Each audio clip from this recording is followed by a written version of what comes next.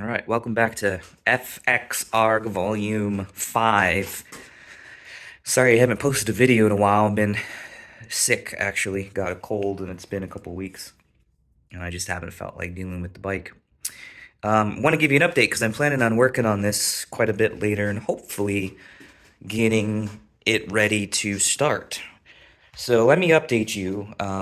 Last video, I had the cam cover off and I was talking about how I was going to ream that bushing and get this back together.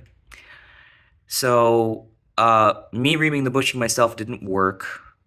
I mean, I was able to ream it, but it wasn't straight. So, when I put the cover on, the whole engine was bound up and it just wasn't working. Not to mention, I reamed it out too much. Um, so, I pressed that bushing out, I bought a new one, and I started calling around to Harley shops in my area and even like little independent shops. They do not do this anymore. No one. There was not one Harley shop that had anyone. In fact, all of them said, well, why do you even need to ream the bushing? They should come sized. Which is not true. None of them come sized. I know because I've ordered two different brands now and neither of them were sized. So then I started calling around to machine shops. And in Tampa, there's like no machine shops that work on motorcycles. I don't want to say there's no, but I wasn't able to find one. Finally ended up calling a machine shop in Lakeland, Florida, which is Polk County, and he does some machining work for motorcycles and Harley.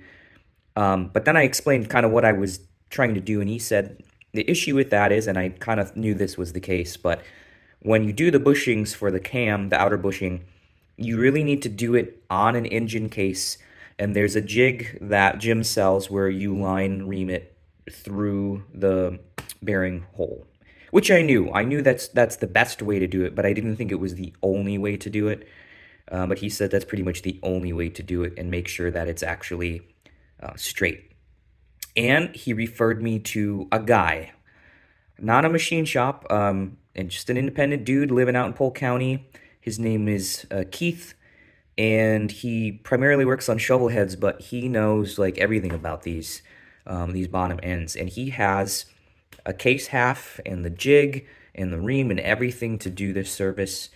And so I got hooked up with him, and he did it for me, and it perfect. As soon as I put this cover on, it's all buttoned up now and torqued down and everything. New gasket, breather, cam, everything's in there now. As soon as I put the cover on, nothing was bound and it fit perfectly. So, moral of the story is you got to find someone who can do that line reaming with the case. Um, with the stock red pinion gear that was in this bike, there was a lot of friction between the cam and the pinion gear. In fact, I had a hard time pulling the cam back and forth in order to take a measurement.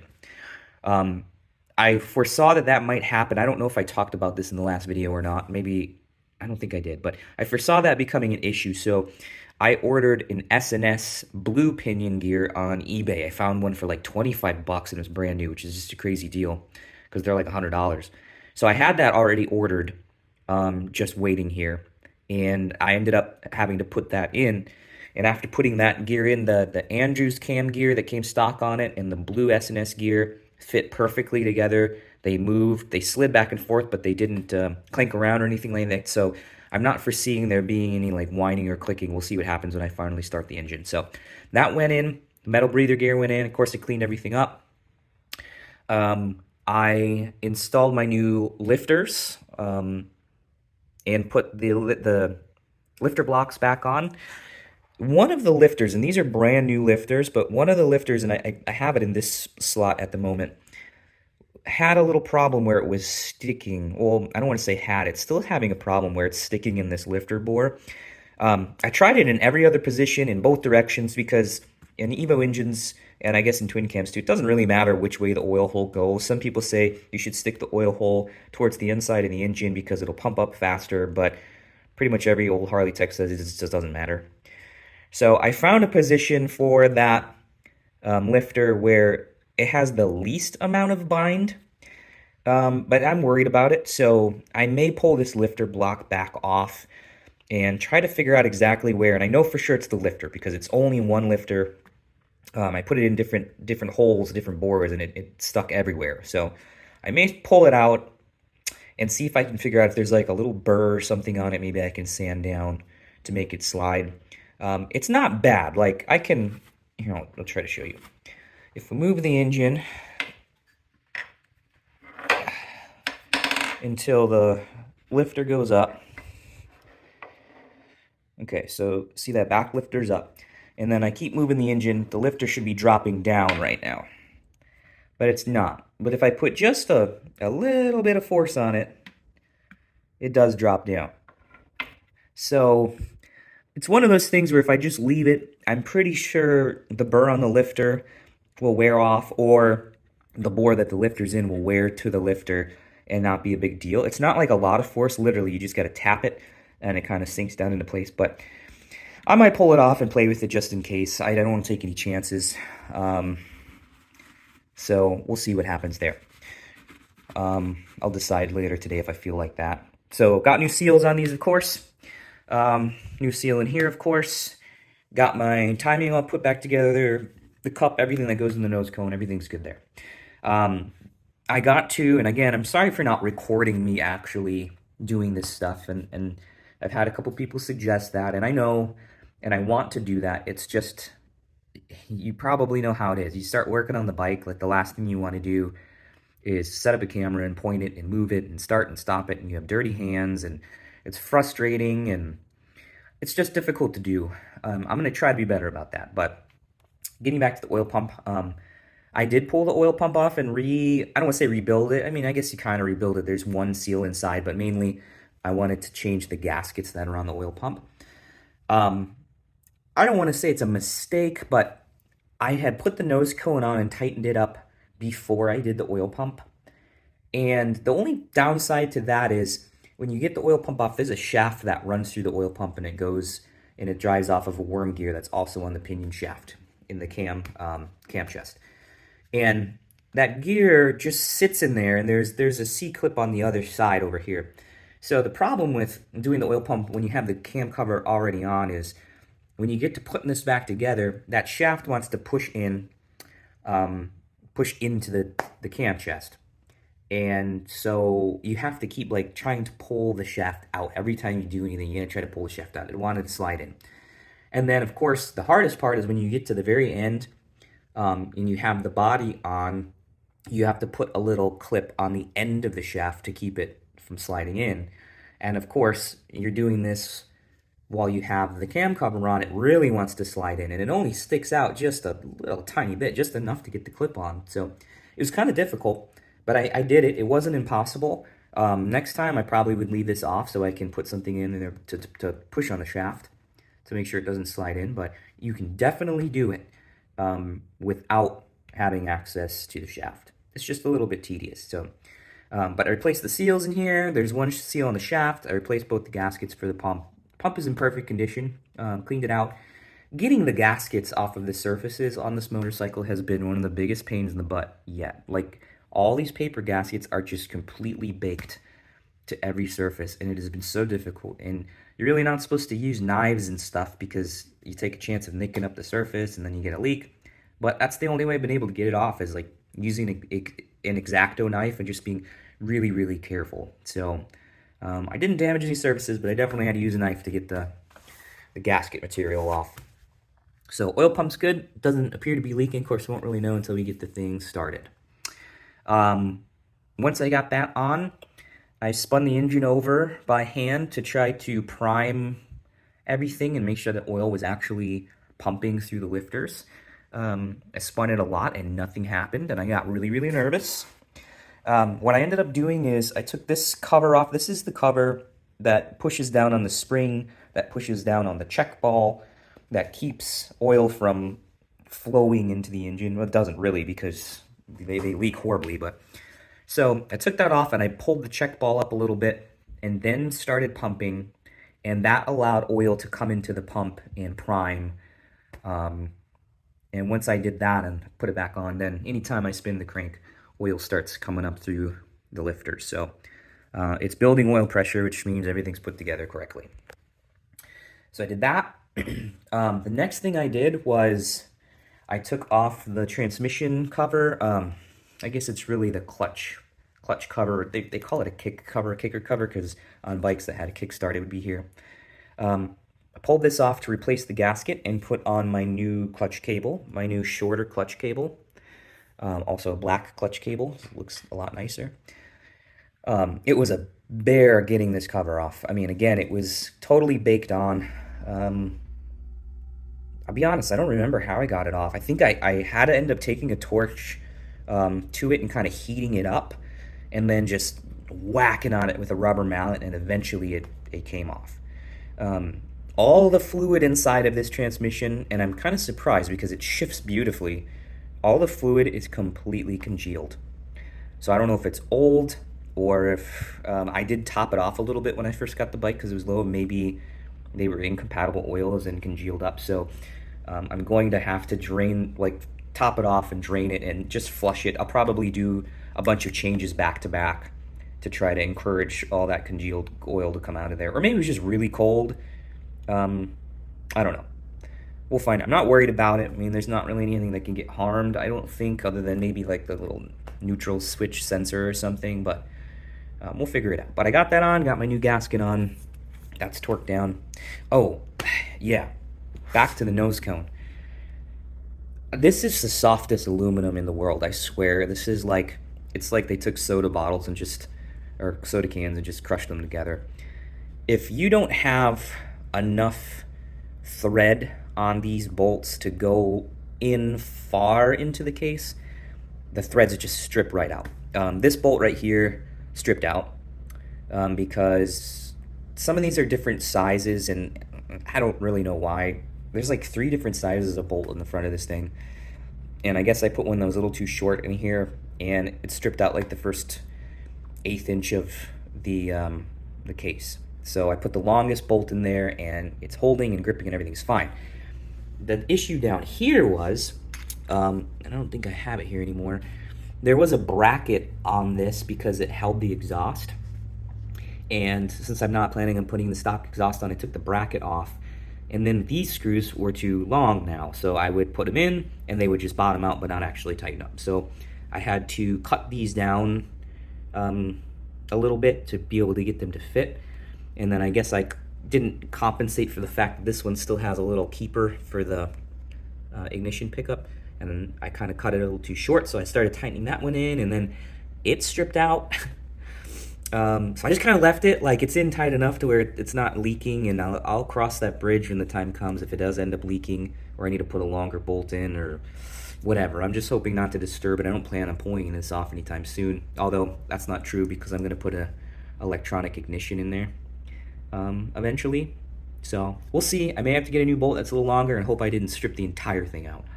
That would suck. But I'm not going to worry about it for now. So yeah, clutch cable's on, new gasket in the transmission cover. I have taken some time to clean up the heads.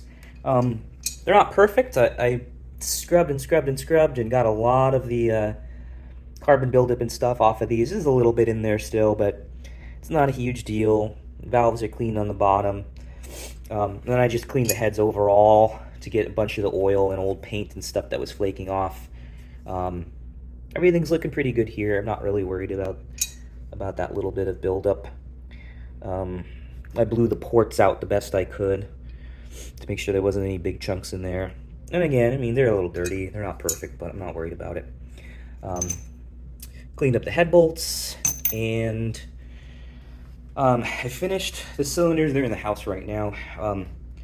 I finished cleaning up the cylinders, the new paint that's on the cylinders, and I have inserted the pistons into the cylinders, and they're just sitting in there right now, ready to go. I clocked all the piston rings as S and S indicates. So what I'm planning on doing today, I have someone coming over to help, and I'm planning on getting the cylinders and pistons on, and getting the heads on, and of course then the base gaskets and head gaskets, and hopefully the rocker boxes and rocker box covers, and hopefully the exhaust, the new exhaust. That's this one right here. So we'll see how much progress I make. I have to kind of adapt this exhaust because, as I mentioned before, it's for a twin cam, a twin cam Dyna. I think it's going to work. Like, I don't think I'm going to have any trouble making it work. Hang on. It should fit on the heads, and I'll know right away. Once I get the heads on, I'm going to hold it up and make sure that it actually fits on the heads. But it does, the bracket that it uses, which is this, does line up here with the holes in this transmission cover. This is where it would mount on the twin cam, just like that. Now, it's a little too far in. It bumps up against this bracket, and if it's this far in, the exhaust will actually rub on this stuff. So what I have to do is get some spacers, and I'm going to use about 1.5 inch set of metal spacers, and I'm going to space this bracket out just like this, and that should give me enough distance not only to not hit this metal in the frame, but to pull the exhaust out enough so it's still tucked in but not rubbing up against anything here. So I'm hoping that will work. I'm gonna go try to buy some. I do have some spacers I can cut down, some aluminum spacers from a different project, so if I can't find ones that are going to work good enough, I may just cut the ones that I have down. We'll see.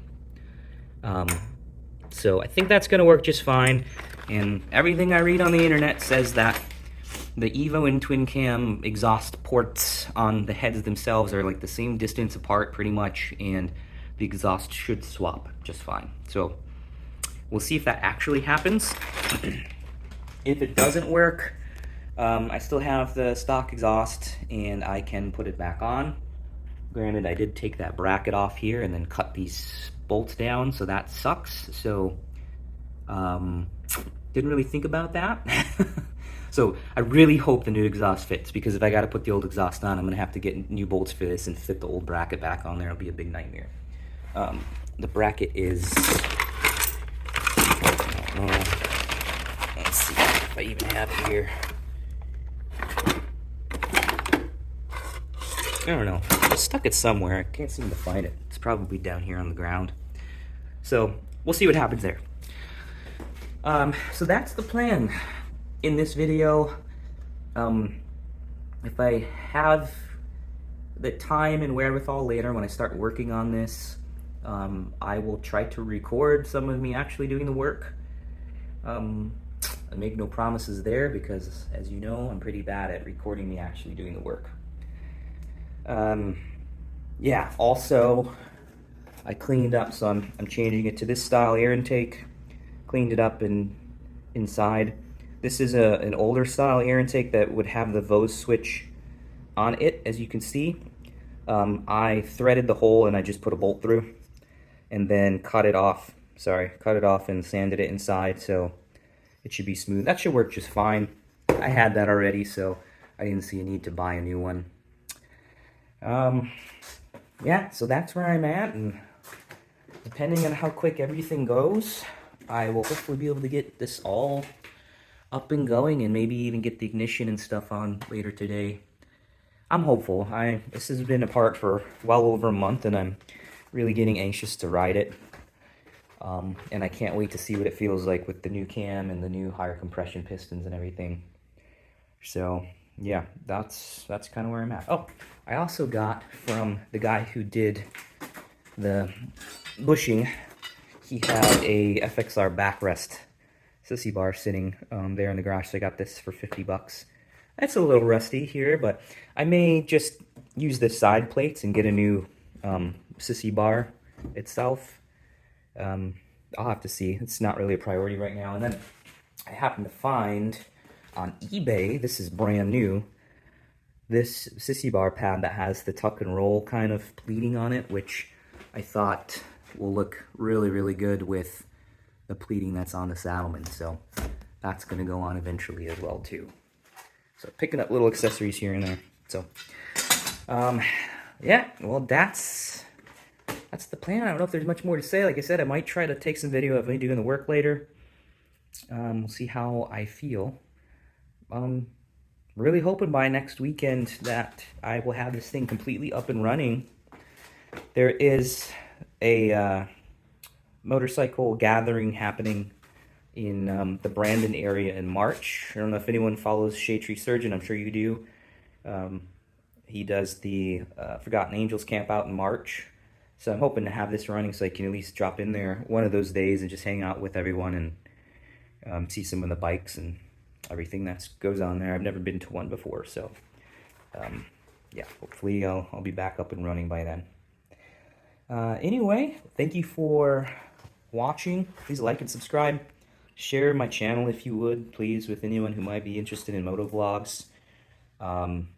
I really appreciate it. I'm slowly gaining followers. It's definitely a slow burn, but the people who are following say that they're appreciating the content, so I appreciate that feedback, and I appreciate them. And if they could help me continue to grow it, I'd appreciate it very much. I also started an Instagram page. I don't really do social media very much, but if you just search FXR, just like the YouTube channel, if you just search that on Instagram, you should find me on there, and you can interact with me on there. And then I'll also be posting pictures throughout the week as I work on this and things happen as well. I'll try to be a little bit more active on there than I am on YouTube. So, again, thanks for watching. We'll see you in the next one.